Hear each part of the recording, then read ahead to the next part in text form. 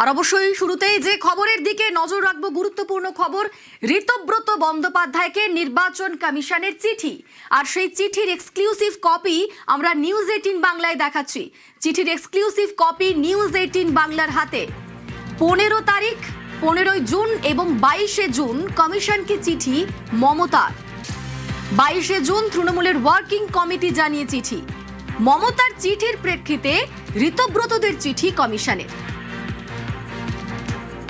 ঋতব্রত বন্দ্যোপাধ্যায়কে নির্বাচন কমিশনের চিঠি, আর সেই চিঠির এক্সক্লুসিভ কপি আমরা দেখাচ্ছি নিউজ 18 বাংলায়।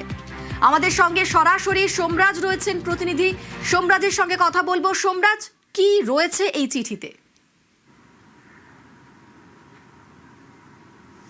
দেখো, ঋতব্রত বন্দ্যোপাধ্যায়কে চিঠি জাতীয় নির্বাচন কমিশনের তরফে পাঠানো হয়েছে এবং চিঠিটি পাঠিয়েছেন জাতীয় নির্বাচন কমিশনের সচিব অশ্বিনী কুমার মহল।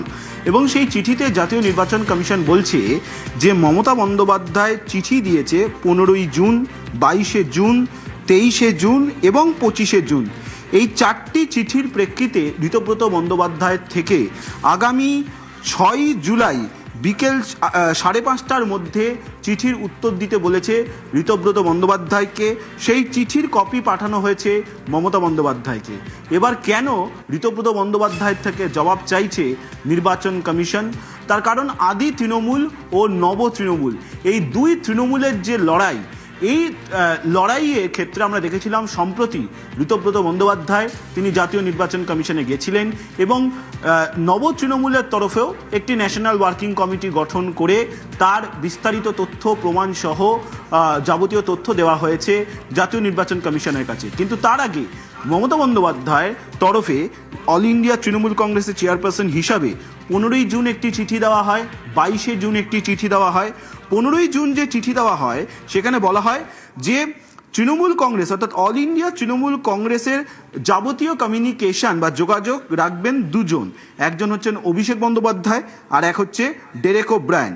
এই চিঠিটি দেওয়া হয়েছিল 15 জুন। 22 জুন কি চিঠি দেওয়া হয়? 22 জুন চিঠি দেওয়া হয় যে অল ইন্ডিয়া তৃণমূল কংগ্রেসের ওয়ার্কিং কমিটি তৈরি করা হয়েছে। সেই ওয়ার্কিং কমিটির বৈঠক হয়েছিল 20 জুন বিকেল 4টে এবং এই ওয়ার্কিং কমিটিতে কারা কারা মেম্বার, কারা কোন পদে রয়েছেন তার বিস্তারিত তথ্য পাঠানো হয়েছে। শুধু তাই নয়, এই যে আরেকটি চিঠি সেটি মমতা বন্দ্যোপাধ্যায়ের আইনজীবী পাঠিয়েছেন। ফলত এই যে একাধিক চিঠি পাঠানো হয়েছে জাতীয় নির্বাচন কমিশনকে, সেই চিঠির প্রেক্ষিতেই ঋতব্রত বন্দ্যোপাধ্যায়কে আগামী 6 জুলাই বিকেল 5:30টার মধ্যে তার উত্তর দিতে হবে এবং তিনি যে তথ্য প্রমাণ সহ উত্তর দেবেন সেই উত্তর মমতা বন্দ্যোপাধ্যায়কেও পাঠাতে বলেছে নির্বাচন কমিশন। এবং এই চিঠির কপি মমতা বন্দ্যোপাধ্যায়কেও দেওয়া হয়েছে জাতীয় নির্বাচন কমিশনের তরফে। অর্থাৎ বারবার যে প্রশ্ন উঠে আসছে যে তৃণমূল কংগ্রেস কার, এবার তার পদক্ষেপই কার্যত নির্বাচন কমিশন শুরু করে দিল। ঋতব্রত বন্দ্যোপাধ্যায়কে সোমবার বিকেলের মধ্যে এর উত্তর দিতে হবে। যে যে চিঠি মমতা বন্দ্যোপাধ্যায় দিয়েছেন, শুধু তাই নয়, তার কপিও, অর্থাৎ তিনি যে উত্তর নির্বাচন কমিশনকে লিখবেন সেই একই উত্তর, অর্থাৎ যে কপি নির্বাচন কমিশনকে পাঠাচ্ছেন সেই কপি আবার মমতা বন্দ্যোপাধ্যায়কেও পাঠাতে বলেছে নির্বাচন কমিশন। বেশ, ধন্যবাদ সোমরাজ।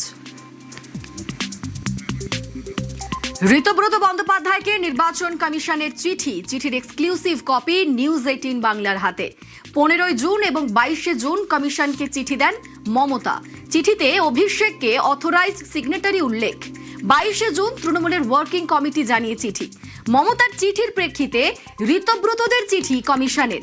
6 জুলাই বিকেল 5:30টার মধ্যে লিখিত জবাব তলব। নথি মন্তব্যের কপি মমতাকেও পাঠাতে নির্দেশ।